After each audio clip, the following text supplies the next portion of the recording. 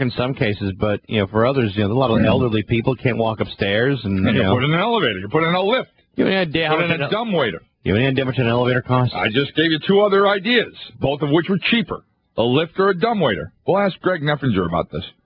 Let him build towers.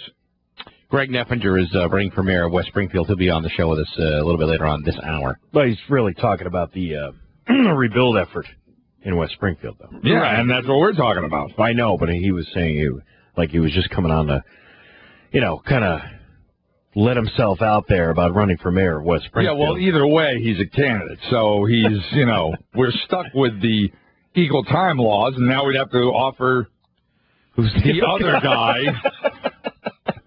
I even talked to him about this at Six Flags. I'm sorry, I do know that Ed Gibson said he wasn't going to run for re-election again. Ed Gibson is the first mayor that West Springfield has had since they went over to the mayoral form of government. And there is another person running against Greg Neffinger.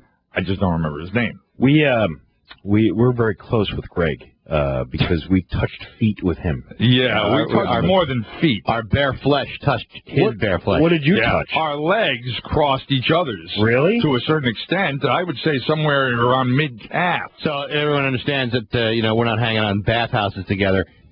Greg Neffinger was the guy we went down the tornado with at Six Flags. Oh, no, I was with him in a bathhouse. Oh, so that's what we meant.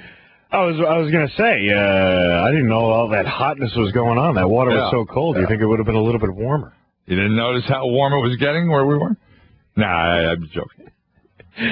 Did someone pee in this water? No, feet were touching in the tube. We were pretty sure John O'Brien peed and may have pooped in that water. So I just Googled I Googled West Springfield Mass mayoral candidates, and all I got is West Springfield mayoral candidate Greg Neffinger pledges accountability. It's not telling me who the other guy is. Are you over Googling again? Yeah, no, apparently. Is it possible that even he does not know who the other No, he told me. Here's what you do. He told me. Here he is. You type his Gerard Matthews. Gerard Matthews is the other guy. Here's what you do. When you're Googling somebody, yeah. You just type in, so you know his name, Greg Neffinger. You type it in Google, and then you click news. Yeah, I guess good to do that. But then it's going to tell me everything about Greg Neffinger. No. It'll tell you the most recent news story about him. Think so? You want to try it? No. I'm trying to find out what I can about Gerard Matthews right now. So here he is. Oh, boy. This is really... Why don't you save that for time when we are forced to talk to Greg Matthews? Greg Neffinger. Gerard Matthews. Gerard Matthews. Yeah. See, now he's even screwing it up. A monthly survey that measures employers' confidence in Massachusetts has dipped into negative territory for the first time in nearly a year. Associated Industries of Massachusetts said the index fell in August to 49.2%. A reading below 50 is a sign employers are more pessimistic than optimistic about the economy.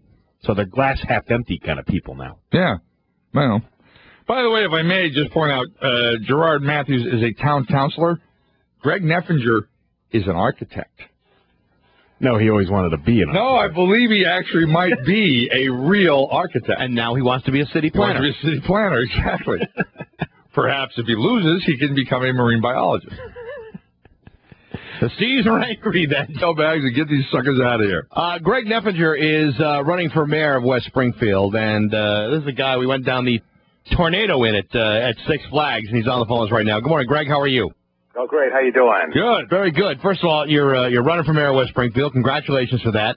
Thank you very much. But the reason, I'm real excited. The reason you're on the show is to talk about something called Raising Hope Together. Tell us what that is. Yes, this is a private group that's been formed to try to bring long-term relief to people who've been victims of the tornado damage. We've had insurance people come in and talk to, set up seminars to talk to people, and also FEMA's training people for case management to go in home by home so that we can find out what exactly folks' problems are. But the main thing is that we're interested in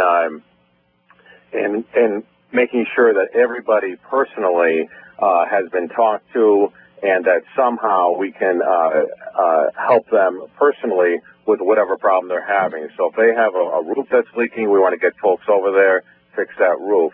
a lot of these folks, FEMA's come and gone, and the small business and their loans and things like that, and some of these people don't have insurance, and they may have fallen through the cracks. We want to make sure that everyone's buildings is repaired and they're able to get back into it. Now, you're an architect, is that right?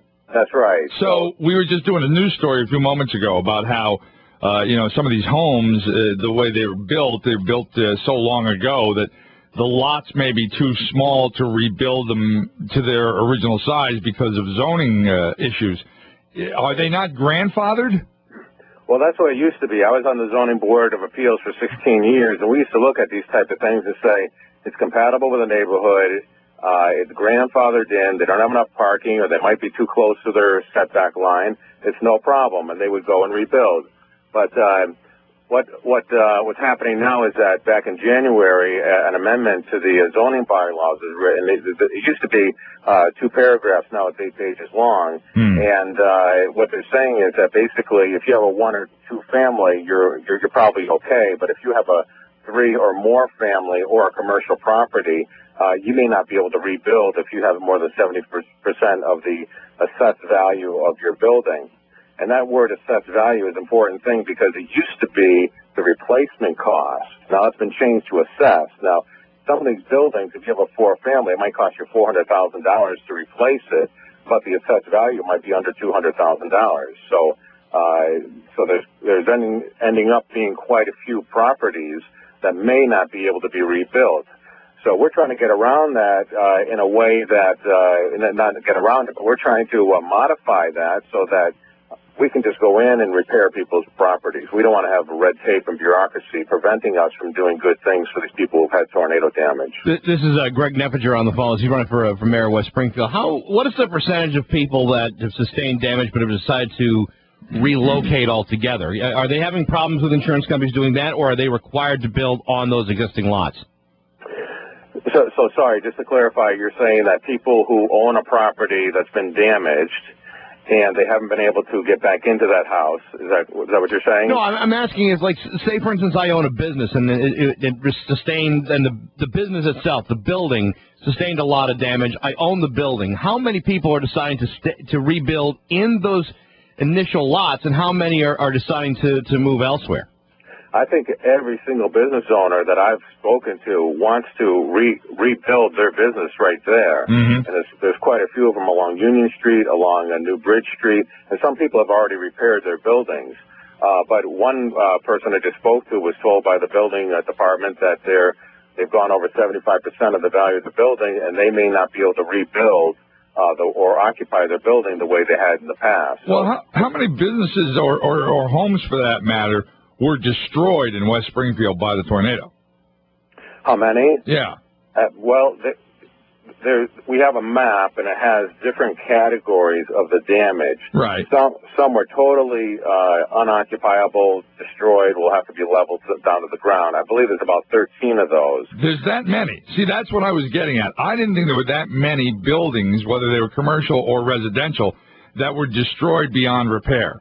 Right, there's about 13 that have been condemned. Okay. So any of the others are hopefully going to just rebuild and reopen where they're at. Well, that's what we'd hope. And as an architect, I want to be able to go in from building to building, evaluate it, write a report, give it to the building inspector, and say, this is what we're going to do to this building. Now, some people, we're just trying to stabilize their buildings. If they're missing a window or if they have a hole in the roof, water's getting in there, mold's starting to grow, they may have problems with the insurance company because they may cover the roof and the window but not the mold. So the longer these things stay open, the problems just get exasperated, and then they may end up being up to 75% of the value of the building, and then they have to jump through hoops in order to get a permit in order to start rebuilding again. So we're trying to get these things done as quickly as possible. Greg, if someone wanted to find out more about Raising Hope Together, what should they do?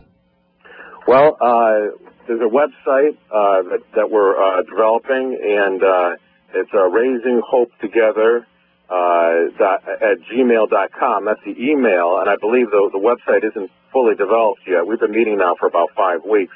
We meet at the Church of Christ in West Springfield, right across from the Mittenegg School, right off of Route 20. Very good. Greg Neffinger, we appreciate the time today. Best of luck helping West Springfield get back on its feet. Great. Thank you. Thanks so much for having me, and it was a lot of fun going down the slide with you the other at the Six Flags. Yeah, a little too much touching, Greg. I was just a little uncomfortable with it, but thanks anyway. Okay, great. All right. It's 8:59. We're Bax O'Brien at Rock 102.